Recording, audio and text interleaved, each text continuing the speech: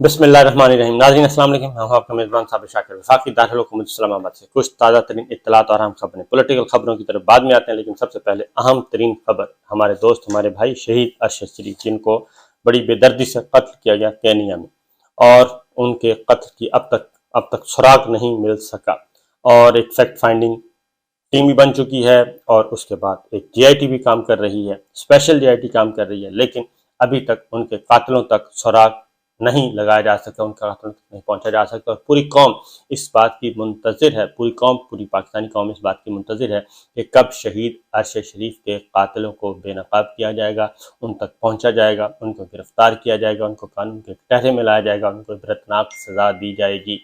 یہ پوری پاکستانی قوم اس پہ منتظر ہے، کیونکہ شہید ارشد شریف کا قتل ایک غیر معمولی قتل تھا۔ وہ ایک محب وطن پاکستانی تھے، وہ بہت بڑے بڑے کام کر رہے تھے، ان کے بڑے بڑے عزائم تھے، وہ پاکستان کو ایک خوشحال ملک، کرپشن فری ملک دیکھنا چاہتے تھے، وہ پاکستان کے فرسودہ بسیدہ نظام کو ٹھیک کر رہے تھے، ٹھیک کرنا چاہتے تھے، اس کے لیے تگ و دو کر رہے تھے، اور وہ بڑے بڑے مافیاز کو للکار رہے تھے۔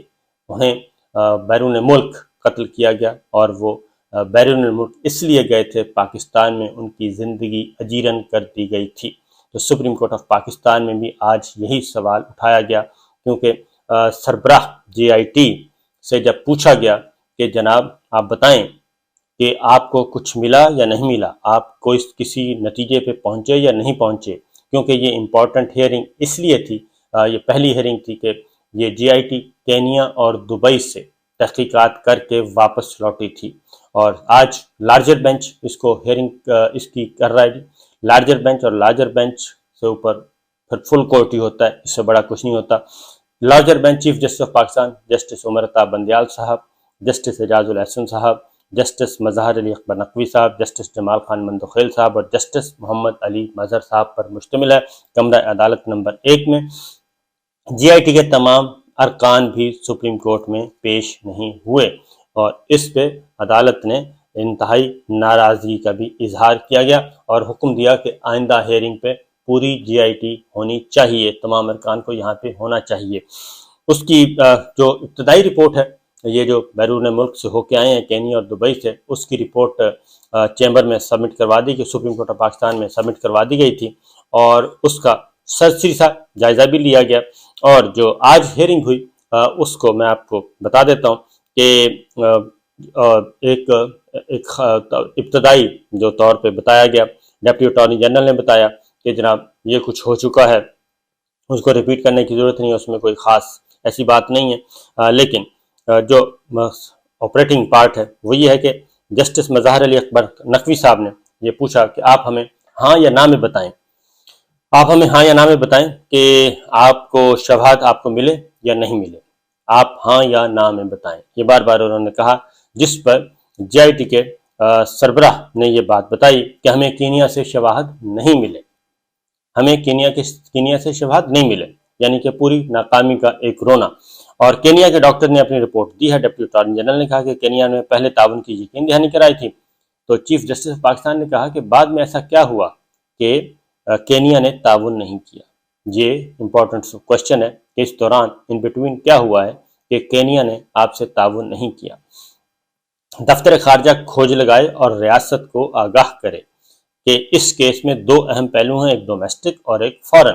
چیف جسٹس آف پاکستان کہہ رہے ہیں ارشد شریف کیس کی فیکٹ فائنڈنگ رپورٹ کیسے لیک ہوئی، ہمیں تمام ممالک کی خود مختاری کا احترام کرنا چاہیے، فیکٹ فائنڈنگ رپورٹ جس نے بھی لیک کی ہمیں پتہ کر کے بتائیں، اور کیونکہ یہ مسئلہ یہ ہے کہ یہ سپریم کورٹ پہلے دن سے کہہ رہی ہے کہ آپ کے 2 پہلو ہیں، ایک ہے پاکستان کے اندر، کہ پاکستان کے اندر شہید ارشد شریف کے خلاف مقدمات کس کے حکم پہ درج ہوئے، کس نے کروائے، کیوں کروائے، کون فون کرتا تھا مختلف ملک کے حصوں میں، کس کا حکم چل رہا تھا۔ اس میں سمیع ابراہیم بھی ہیں، اس میں میں بھی ہوں، اس میں باقی لوگ بھی ہیں، یہ ایک ہی جگہ سے مقدمات درج ہو رہے تھے، کیوں مقدمات درج ہو رہے تھے، کیا جرم کیا تھا، اور شہید ارشد شریف کا اسپیسیفک کیس ہے وہ بتائیں، کیونکہ کئی ایف آئی آر تو مشترکہ ہیں۔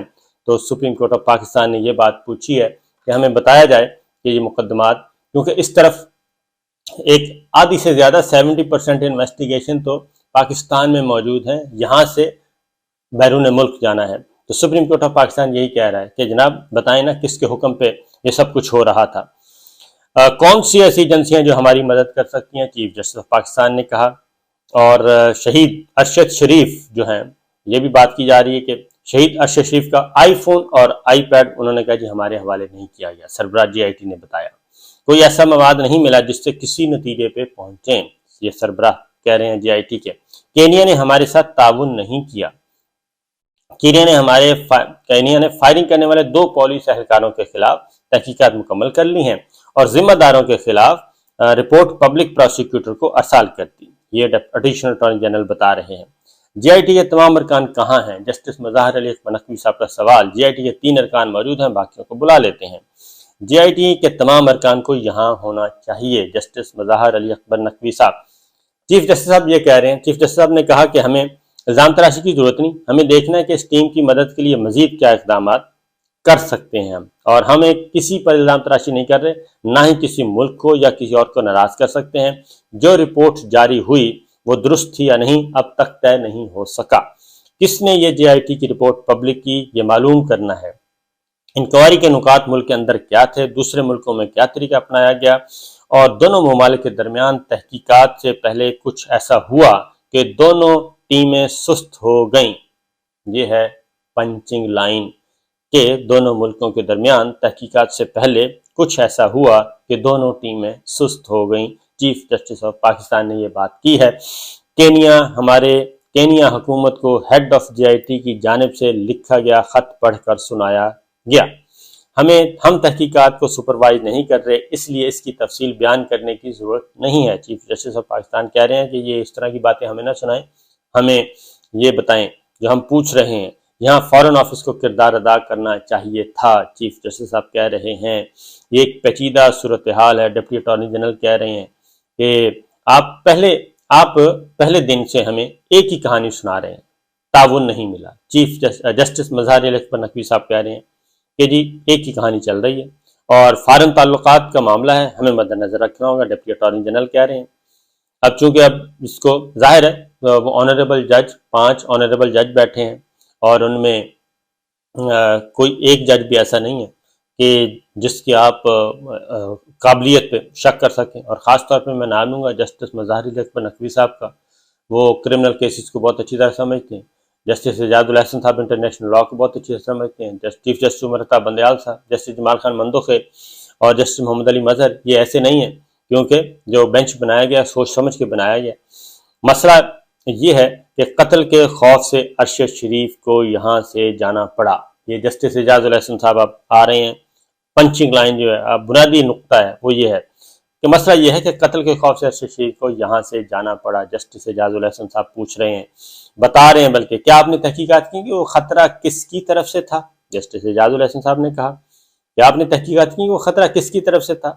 کس نے متعدد ایف آئی آر درج کروائیں؟ جسٹس اعجاز الحسن صاحب کہہ رہے ہیں وہ کیا حالات تھے جس کی وجہ سے ارشد شریف باہر نکلنے پر مجبور ہوا؟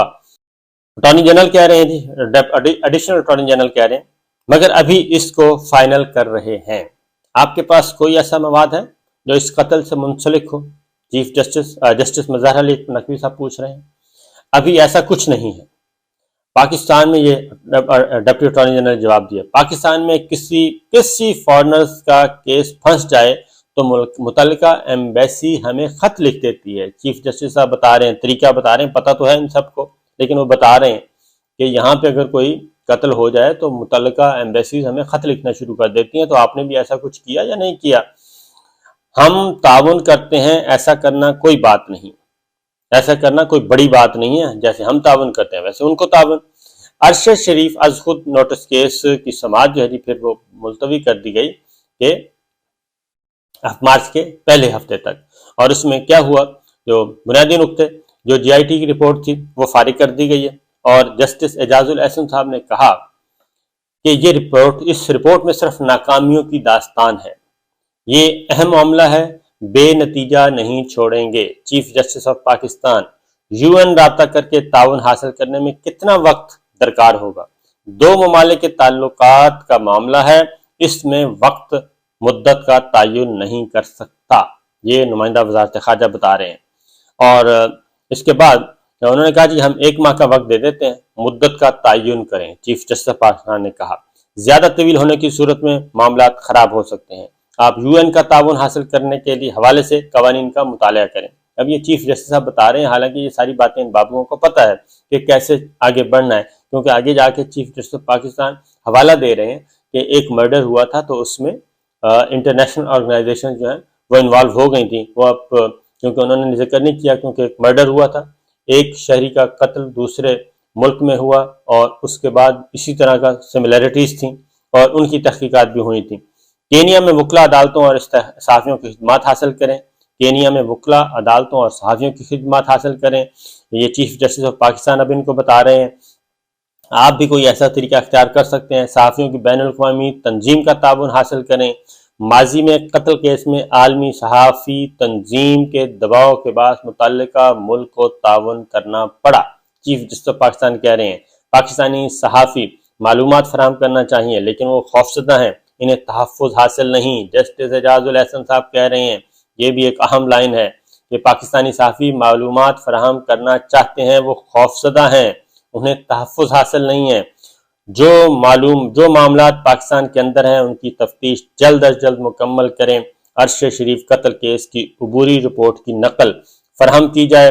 عدالت نے عبوری رپورٹ کی نقل اہلیہ کو فراہم کرنے سے انکار کیا۔ وہ اس لیے انکار کیا، انہوں نے کہا کہ اس طریقے سے تحقیقات جو ہیں وہ متاثر ہوں گی، اور ویسے بھی ابتدائی رپورٹ میں جو کچھ وہ سپریم کورٹ آف پاکستان نے پڑھ لیا اور پڑھ کے اس کو ریجیکٹ بھی کر دیا۔